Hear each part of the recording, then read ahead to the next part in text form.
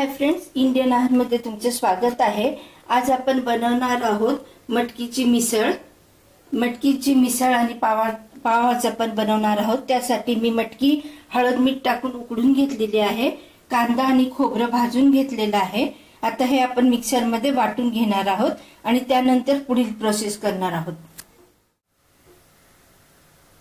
Friends, कढईत मी भरपूर तेल असं 2 चमचे मोठे भरून तेल तापत ठेवले। आता आपण जे कांदा आणि खोबऱ्याचे मिश्रण मिक्सर मधून काढले ते तेलामध्ये चांगलं परतून घेऊया।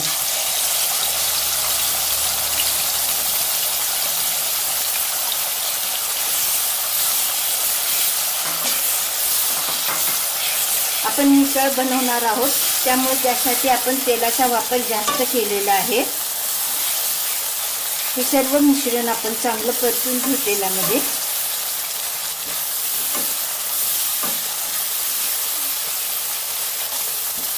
दोन ते 4 मिनिट आपण हे छान असं परतून घेऊयात।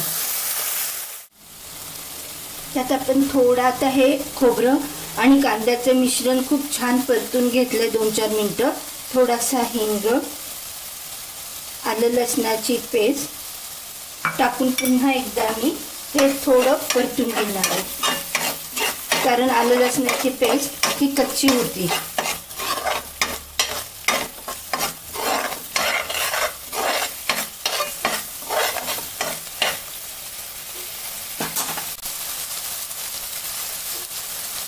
एक मिनिट ती परतल्यानंतर आपण ह्यामध्ये 1 चमचा भरून धन्याची पावडर टाकणार। त्यानंतर लाल तिखट, हे फार तिखट नाहीये। ह्याच्यामध्ये मी बेडगी मिरची आणि काश्मीरी लाल मिरची वापरून दळून आणलेलं आहे। त्यानंतर टाकणार आहोत गरम मसाला पावडर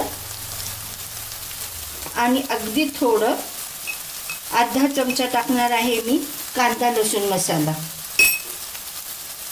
हे सुद्धा आपण असं छान परतून घेऊ।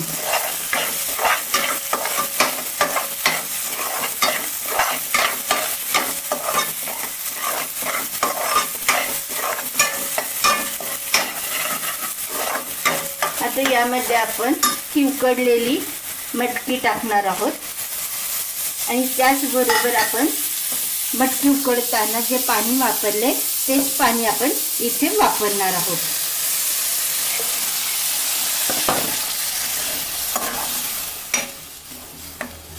मटकी उकडताना आपण मीठ टाकलं होतं, त्यामुळे आता आपण वरून अगदी थोडंसं मीठ टाकणार आहोत।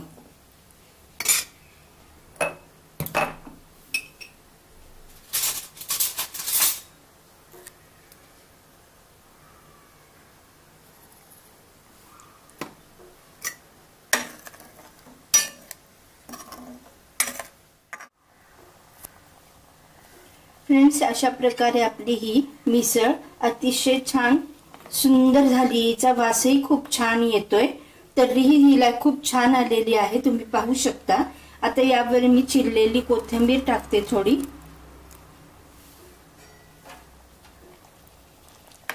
ही आपण ताटात काढून घेऊ डिश मध्ये।